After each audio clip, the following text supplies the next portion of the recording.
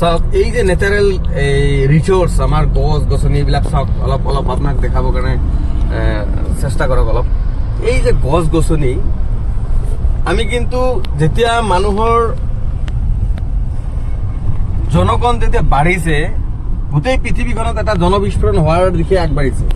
এনেকুৱা যে গছ গছনি যে আছে এনেকুৱা যে গছ গছনি যে ভৰপূৰ আছিলে আজিৰ ডেটত যিমান গছ গছনি আছে আজিৰ পৰা যদি 200-300 বা 1000 বছৰ আগতে যদি আমি যদি যাওঁ চাবলৈ তেনেহ'লে বহুত গছ গছনি আছিলে। আজিৰ ডেটত টেম্পাৰেচাৰ বাঢ়িছে যোনটো আমাৰ পৃথিৱীখনৰ যে ভাৰসাম্য ৰক্ষাৰ কাৰণে যিখিনি গছ গছনি আছিলে কাটি কাটি শেষ হৈ আছে। এতিয়া আমাৰ কৰণীয় কি? মই এটা বস্তু যোৱাকালি ফেচবুকত দেখিছো, কোনোবা এটা পোষ্ট কৰিছে আৰু পোষ্টটো ঠিক এই ধৰণৰে কৰিছে মই যেনেকে কৈ আছো যে আচলতে আমি যদি এই পৃথিৱীৰ ভাৰসাম্য যদি ৰক্ষা কৰিব লাগে, আমাক পৃথিৱীখন যদি গ্ৰীনাৰী কৰি ৰাখিব লাগে, আমাক যদি পৃথিৱীখনৰ এই গছ গছনি তৃণলতা যিমান যি আছে এইবিলাক যদি আমাক যদি তেনেকেই যদি ৰাখিব লাগে তেনেহলে আমাক কি কৰিব লাগিব? আমাক এটা ফৰ্মুলা দিছে আৰু খুব খুব ভাল লগা এটা ফৰ্মুলাটো এনেকুৱাই যে আমি চাপোজ যেতিয়া ফলৰ মৌচম বিলাক আহে, যেতিয়া আমৰ মৌচম আহে আম খাওঁ, যেতিয়া কঁঠালৰ মৌচম আহে কঁঠাল খাওঁ, লিচুৰ মৌচম যেতিয়া ছিজন আহে আমি তেতিয়া লিচু খাওঁ।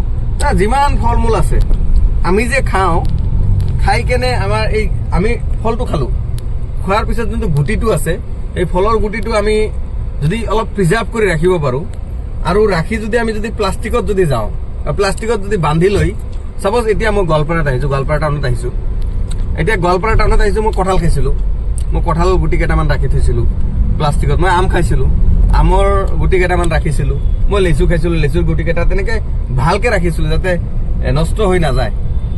এতিয়া মই আহিছো, অহাৰ পিছত যেতিয়া মই এইপিনেদি গাড়ী লৈ আহি আছো, মই গুটিবোৰ এনে খেলাৰ নিচিনাকে এটা এটাকে এনে দুলিয়াই দিলো।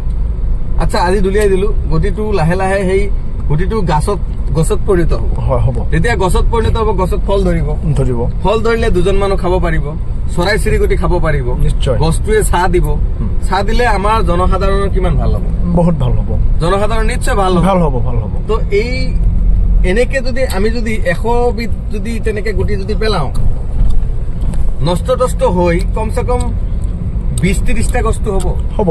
আৰু এনেকে যদি সেই মেণ্টেলিটিত যদি আমি যদি থাকো, আপুনি যদি তেনেকে কৰে, মই যদি তেনেকে কৰো, এনেকে কিমান গছ ৰোপণ হ'ব, হয় নে নাই? কিন্তু আমি কি হ'ব, আমি খেলি এইটো কৰিলো, আমাক নিজকে ভাল লাগে। আমি কেতিয়াবা এনেকা শিলগুটি এনেকে ধুলিয়াই ভাল লাগে নে নাই?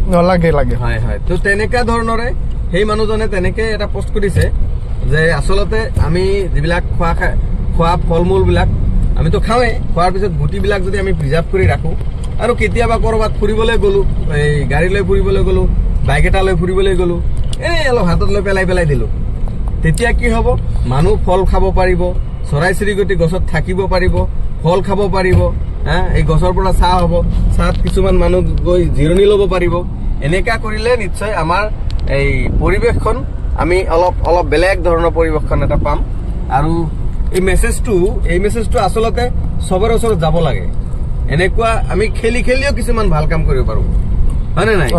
আৰু কামবোৰ কোনবোৰ কাম কৰি ভাল লাগে, যোনবোৰ কাম কৰি কামৰ নিচিনা নালাগে, গেমৰ নিচিনা লাগে। তো আশা কৰো আপোনালোকে ফল খাই এনেকে গুটিবিলাক অলপ প্ৰিজাৰ্ভ কৰি ৰাখিব আৰু কৰবাত যদি ফুৰিবলৈ যায় দুলিয়াই দিব। যিকেইটা গাছ হয় সেইকেইটাই আমাৰ কাৰণে, আমাৰ সমাজৰ কাৰণে, আমাৰ পৰিৱেশৰ কাৰণে, আমাৰ সৃষ্টি জগতৰ কাৰণে ভাল হ'ব নিশ্চয়। আশা কৰো আপোনালোকে বুজি পাইছে। ধন্যবাদ। আসসালামু আলাইকুম।